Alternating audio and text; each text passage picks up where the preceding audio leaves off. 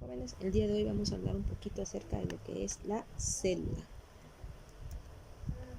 Y bueno, vamos a empezar diciendo que la célula, como habíamos dicho en clases anteriores, es la unidad estructural y funcional del ser humano, ya sea plantas o animales. Todos están conformados por células, plantas y animales y seres humanos. Entonces es la unidad estructural y funcional de lo que es el ser humano y la vida. Los nutrientes de la célula son los siguientes elementos: el agua, los iones, proteínas, lípidos e hidratos de carbono. Más adelante vamos a ver cuál es la importancia de estos componentes y en dónde se encuentran principalmente para que se pueda nutrir la célula.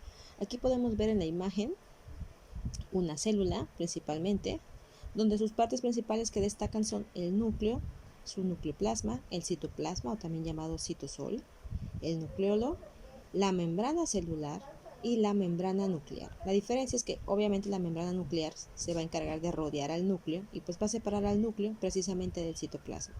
Y la membrana celular se encarga de envolver a toda la célula y esta va a separar al citoplasma de los demás líquidos circundantes. Entonces, la célula animal contiene una membrana celular. Esa sería la diferencia entre una célula de tipo vegetal, que la célula de tipo vegetal tiene una pared celular, y la célula animal, membrana celular. Bueno, en relación a esos nutrientes que contiene la célula, tenemos que el agua, como habíamos dicho, ese es el principal medio de líquido de la célula en una concentración del 70 al 85%. Como sabemos, todos los organismos vivos necesitan de agua para realizar sus funciones vitales y la célula pues es la principal. En relación a iones, algunos de los más importantes de las células son el potasio, el magnesio, fosfato, sulfato, bicarbonato y cantidades muy pequeñas de calcio. Ya habíamos visto en el tema anterior de homeostasis en qué parte o en qué líquido principalmente se encuentra el potasio y en cuál el sodio. En relación a las proteínas, estas constituyen entre el 10 y el 20% de lo que es la masa celular y son de dos tipos principalmente: las proteínas estructurales y las funcionales, que más adelante vamos a hablar de ellas. En los lípidos, pues estos son muy importantes para el mantenimiento de la célula y los más importantes son los fosfolípidos y el colesterol, que juntos conforman lo que es el 2% de la masa total de la célula. Y en los hidratos de carbono, vamos a decir que estos forman parte de las moléculas glucoproteicas, pero que tienen un papel muy importante en lo que se refiere a la nutrición celular. Se almacena una pequeña cantidad de estos hidratos de carbono en las células en forma de glucógeno, que más adelante va a servir de un tipo de energía para el funcionamiento celular. Aquí podemos ver la célula y sus organelos principales o estructuras que conforman parte de esta célula. Dentro de los organelos principales que vamos a hablar más adelante, individualizados, pues tenemos a la mitocondria, el nucleolo, los lisosomas, el retículo endoplásmico liso, el retículo endoplásmico rugoso, el aparato de Golgi, y obviamente también tenemos que hablar acerca de la estructura celular, que es el citoesqueleto, la membrana celular, el citoplasma y el núcleo, obviamente, que es donde se almacena toda la información importante de la carga genética.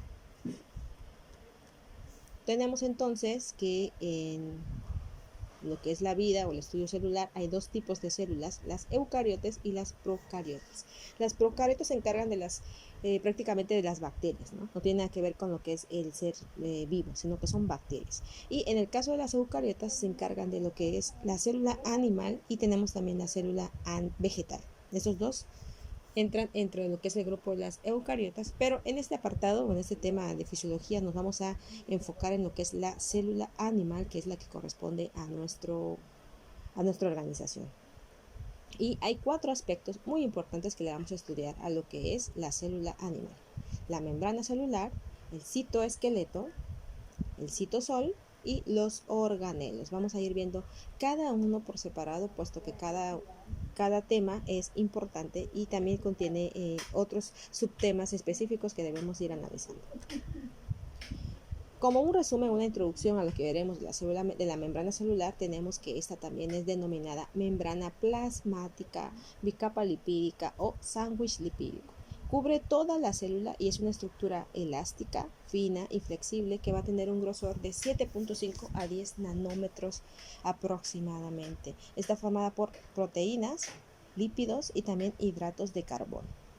La composición está más o menos de la siguiente manera: 55% de proteínas, 25% de fosfolípidos, 13% de colesterol y el otro 4% de otros lípidos, más un 3% de hidratos de carbono. Pero los componentes principales van a ser las proteínas, los lípidos y los hidratos de carbono. Y aquí podemos ver cómo están dispuestos en su estructura, principalmente lo que es la cara externa. Estas glucoproteínas, carbohidratos, glucolípidos, colesterol, que le van a servir de nutrición a la célula, y también otros elementos que contiene como proteínas, que ya vimos que las dos principales son estructurales y funcionales, que vamos a hablar más adelante de ellos. Pero esa es una estructura de cómo se ve la membrana celular, o también llamada membrana plasmática, sándwich lipídico o bicapa lipídica, porque asemeja a lo que es un sándwich específicamente. Y bueno, siguiendo hablando de la membrana, pues tenemos que la bicapa lipídica básica va a estar formada por moléculas de fosfolípidos. Un extremo de cada molécula de ese fosfolípido es soluble en agua, es decir, es de tipo hidrofílica o hidrófila, y el otro extremo es soluble en grasas, es decir, es hidrófobo. Y una de sus funciones más importantes consiste en determinar el grado de permeabilidad de la bicapa ante los componentes hidrosolubles de los líquidos del organismo. Es decir, la bicapa lipídica se caracteriza porque es una membrana selectiva, ¿okay? Semipermeable. No van a pasar todas las partículas por ella, va a seleccionar qué partícula entra y qué no, porque tiene que ver también con el tamaño y con la importancia que va a tener la partícula que quiere atravesar por la membrana. Aquí podemos ver la conformación de lo que les menciono de lo que son los fosfolípidos. Como ya dijimos, tiene un extremo hidrófilo y un extremo hidrófobo. Ese extremo hidrófilo es el que podemos ver acá, que es una cabeza hidrofílica, es decir, está en contacto con los líquidos del exterior. Y las colas, en este caso, serían los segmentos hidrófobos, porque se encuentran cola con cola y están prácticamente encerradas en el interior y no tienen contacto con el líquido. Entonces, los que tienen contacto con el agua o el exterior son las cabezas, y las que están en medio y no tienen contacto con el líquido son las colas. Y esta conformación de cabezas, colas, colas, cabezas van a formar al final de cuentas lo que es una bicapa lipídica o doble capa. Y aquí podemos ver los componentes que ya les mencioné que tienen, que son las proteínas, los hidratos de carbono y los lípidos, que más adelante vamos a ir viendo cada tipo de proteína, cada tipo de fosfolípido y de hidrato de carbono. Las proteínas también son muy importantes. Aquí vemos una proteína integral, o también llamada transmembrana, porque como podemos ver en la imagen, atraviesa todo lo que es la membrana lipídica, a excepción, o a diferencia más bien, de lo que son las proteínas periféricas, que se encuentran, como su nombre dice, en la periferia de la membrana y que no logran atravesar por completo toda la extensión de la membrana plasmática. Y no podemos dejar fuera también el citosol, o también llamado citoplasma o hialoplasma, que vamos a hablar de él más adelante. Entonces, hablando de las proteínas, hay de dos tipos: integrales y periféricas. Las integrales hacen protrusión por toda la membrana, como ya les mencioné, son también llamadas transmembrana, son proteínas transportadoras y también funcionan como receptores. Como decimos, atraviesan todo lo que es la membrana plasmática. Y las periféricas se unen solo a una superficie de la membrana y no pueden penetrar en todo el espesor de la membrana, y prácticamente ellas funcionan como enzimas. Aquí podemos ver la diferencia de una proteína transmembrana y una periférica que nada más se encuentra alrededor, ¿no? Las proteínas transmembrana también son llamadas integrales o de canal, porque como podemos observar tienen un surco en medio por el cual pueden atravesar ciertas partículas, es decir, lo utilizan como una vía para entrar a través de la membrana. Y pues las colas hidrófobos que habíamos hablado, y cabezas hidrofílicas, que conforman los fosfolípidos importantes que constituyen la membrana. Toda la superficie externa de la célula a menudo contiene un recubrimiento débil de hidratos de carbono que se llama glucocáliz. Más adelante vamos a hablar para qué sirve ese glucocáliz en la célula. Y bueno, vamos a dar una introducción de lo que veremos más adelante acerca de los organelos, que forman parte de la célula también. Ok, entonces la porción de líquido del citoplasma en el que se dispersan todas estas partículas se llama citosol y contiene principalmente proteínas, electrolitos y glucosas disueltos. Más adelante igual hablaremos específicamente y solo de lo que es citosol. Hablando de los organelos, vamos a dar una breve descripción y una función así resumida de ¿Qué es lo que hacen estos organelos? En el caso del retículo endoplásmico rugoso, que vemos acá en la imagen, se llama rugoso porque está constituido por ribosomas adheridos a su superficie. Esa es la característica principal que tiene y que lo diferencia del liso, que no contiene ribosomas. Entonces, estos ribosomas están formados por una mezcla de ARN y proteínas, y su función consiste en sintetizar nuevas moléculas proteicas en la célula. Es decir, el retículo endoplásmico rugoso se encarga de la síntesis de proteínas a través de los ribosomas. El retículo endoplásmico liso, que como ya dijimos es liso porque no contiene ribosomas adheridos a su superficie, actúa en la síntesis de sustancias lipídicas y en otros procesos de las células que son promovidos por las enzimas intrarreticulares. El aparato de Golgi funciona asociado al retículo endoplásmico mediante vesículas de transporte. Generalmente todas esas proteínas que son elaboradas por el retículo endoplásmico rugoso, específicamente en los ribosomas, son transportadas hacia el aparato de Golgi para seguir su procesamiento de selectividad y también de empaquetamiento, de almacenamiento y de liberación posteriormente. Las sustancias transportadas se procesan para formar lisosomas, vesículas secretoras y otros componentes citoplasmáticos que son importantes para la célula.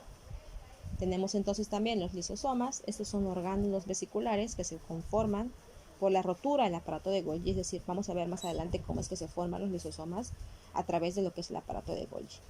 Estos lisosomas constituyen el aparato digestivo intracelular que permite que la célula digiera estructuras celulares dañadas, partículas de alimento que ha ingerido y otras sustancias no deseadas. Entonces, los lisosomas se caracterizan por contener enzimas que son ácidos prácticamente, que van a destruir todo lo que está a su alrededor. Inclusive pueden destruir la propia célula, por eso son muy peligrosos, porque esas enzimas son totalmente destructivas. Y la mitocondria, que es la reina o el centro energético de la célula, produce pues energía. Esa energía liberada se va a usar para sintetizar una sustancia de alta energía que se denomina trifosfatoadenosina, por sus siglas conocido por ATP. Este ATP se transporta después fuera de la mitocondria y va a difundir a través de toda la célula para poder liberar esa energía allá donde sea necesaria para que la célula pueda realizar sus funciones vitales. Entonces, la característica principal o función principal de la mitocondria es producir energía. También una de sus características especiales de la mitocondria que lo diferencia de otros organelos es que es la única que puede autoduplicarse y que tiene doble membrana, a diferencia de los demás organelos. Pero bueno, eso lo vamos a ir viendo más adelante cuando hablemos solamente de organelos.